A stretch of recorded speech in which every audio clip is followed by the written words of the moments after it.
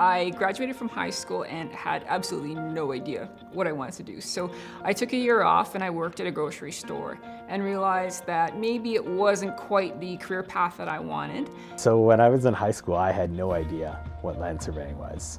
And I basically was trying to decide what to do with my life. I had some family members that were involved with surveying, and the Yukon's a great place to learn that. So I went to the Yukon College and got a surveying technician certificate there.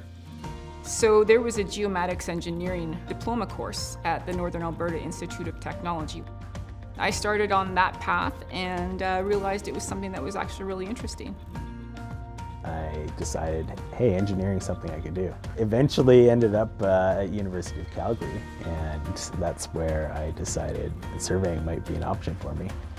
I went on to work for a couple of years, and then I went to the University of Calgary and got a geomatics engineering degree just to further my career.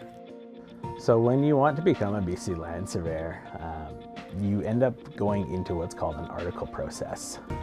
So it's kind of a hands-on experience. In the land surveying community, it's very close-knit. So I've had the opportunity to work with several land surveyors over the year. And you know, if I can pick something up from somebody and it helps me do my job better, that's great. Upon completing all of the professional exams and the practical experience, then I was able to become a licensed land surveyor.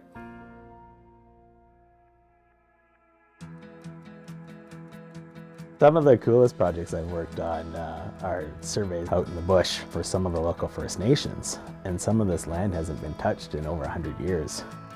I think I've been lucky in the projects that I've been able to work on. I've worked on the boundary between Nunavut and the Northwest Territories, so I've been up at the Arctic Ocean. There's so much variety to the job, from drones to robotic total stations. These are tools that have developed over the years, and they're really just helping us do our job better. No day is the same as the day before. Last year I actually spent time with the International Boundary Commission, so doing some surveys on the Canada-US boundaries. It involved a lot of hiking and stuff in the mountains, and it was great. And then there's the other side of my job. We do a little bit of engineering and construction surveying as well. I've done some quite high precision stuff, which I've always thought was pretty cool.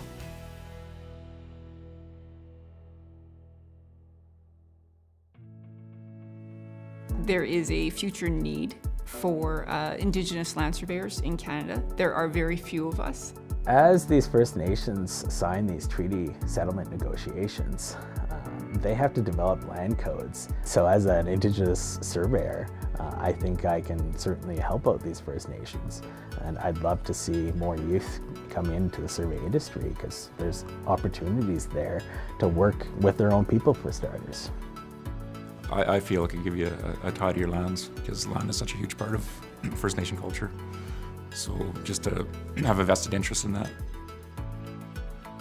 I hope that there actually will be more diversity in the surveyors coming through in the next few years. I hope that there are more First Nation youth that want to pick up surveying as a profession, because I think that it definitely is a profession that their community needs. There's lots of doors that are opened because I'm Indigenous. I actually ended up getting a scholarship to go to university. The youth need to really consider their options and know that there's funding available for their future.